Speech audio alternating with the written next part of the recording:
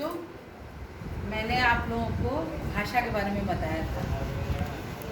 अब है कि भाषा से जो हम बोलते या लिखते हैं ये तो मेरी समझ में आ गई, लेकिन भाषा भी हर जगह की अपनी अलग होती है।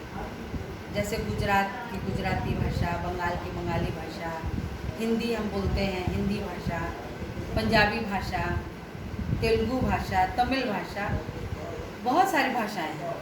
और हर भाषा को बोलने का या लिखने का एक तरीका है। सही ढंग से हम जो भाषा बोलते हैं या लिखते हैं वो क्यों लिखते बोलते हैं? क्योंकि हमको सही रूप से उस व्याकरण का ज्ञान होना चाहिए जिसके द्वारा हम सही ढंग से इन चीज़ों को, भाषा को बोल सकें, लिख सकें। ठीक है।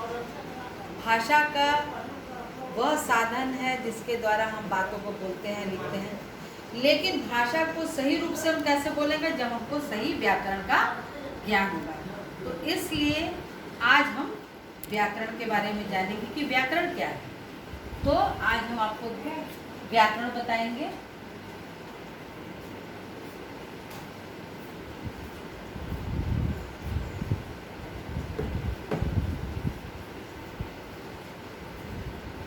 भाषा जानने के लिए व्याकरण सही रूप से हमें आना चाहिए। अब है कि व्याकरण क्या है। तो व्याकरण क्या है? देखिए, व्याकरण वह शास्त्र है जिसके द्वारा हम किसी भी भाषा को शुद्ध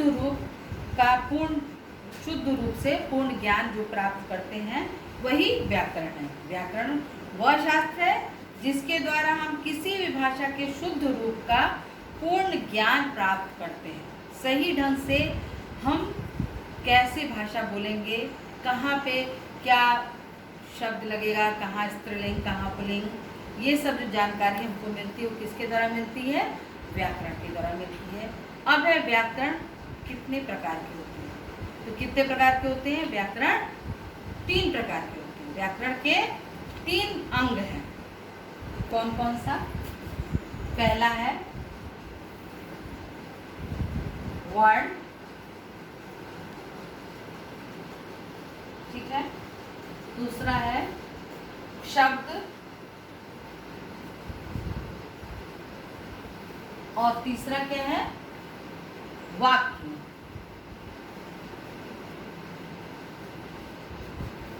ये 3 हैं, वर्ण, शब्द और वाक्य।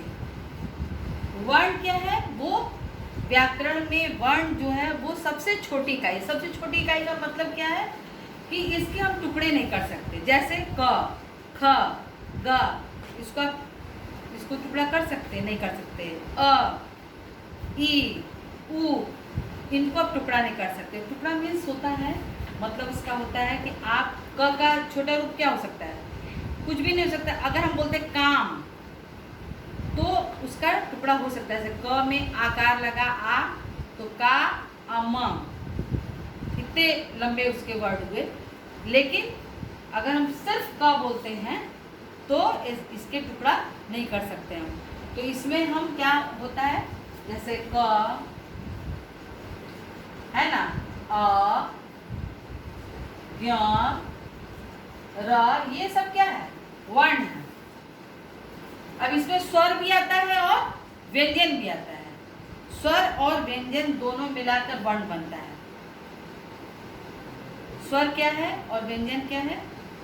अ, आ, इ, उ, ए, ए। स्वर, व्यंजन, क, ख, ग, घ, ङ, है ना, ये सारे वर्ण में आ गए। अब इन्हीं स्वर और व्यंजन को मिलाकर क्या बनता है? शब्द बनता है। क्या बनता है? शब्द बनता है। ये शब्द बना। जैसे क, म, ल, ये शब्द बना। ठीक है। क वर्ण हुआ, म वर्ण हुआ, ल वर्ण हुआ, हो गया ना। अब इसी में तुमको स्वर भी लगता है और व्यंजन भी लगता है। जैसे अब इसी में कमल हमने लिखा, और क्या लिख सकते हैं हम? जैसे बाजार, दूसरा वर्ड हमने लिखा बाजार। अब बाजार में स्वर भी लगा और व्यंजन भी लगा। ब में आकार लगा आ, तो स्वर और व्यंजन दोनों मिला ना, तो बा हो गया। और ज में भी आकार लगा तो आ हो गया जा। तो ये भी स्वर और व्यंजन मिलाकर के क्या बन गया, शब्द बन गया। शब्द का क्या परिभाषा है कि वर्णों का सार्थक समूह शब्द कहलाता है। वर्णों का सार्थक माने सही, सही जो समूह होता है, ये समूह हो गया है ना, ये क्या कहलाया, ये शब्द कहलाया। ठीक है। और इन्हीं शब्दों का सार्थक समूह वाक्य कहलाता है। सार्थक मतलब सही सेंटेंस, सही वाक्य जो है वो वाक्य कहलाता है। जैसे पृथ्वी गोल है, जैसे पृथ्वी गोल है, ये एक सेंटेंस बन गया, एक वाक्य बन गया। इसमें 1 2 3 शब्द लगे, लेकिन सही शब्द लगे, पृथ्वी गोल है, हाँ पृथ्वी गोल है, तो ये आपका एक वाक्य हो गया आपका। ठीक है ना। तो इस तरह से वर्ण, शब्द और वाक्य क्या है, व्याकरण के अंग है, जिनका की भाषा में सही ढंग से प्रयोग होना जरूरी है। इसी से आपका एक व्याकरण, एक भाषा कंप्लीट होती है, पूरे सही रूप में होता है। ठीक है। इसके बाद फिर नेक्स्ट आगे हम दूसरा लेसन फिर पढ़ेंगे।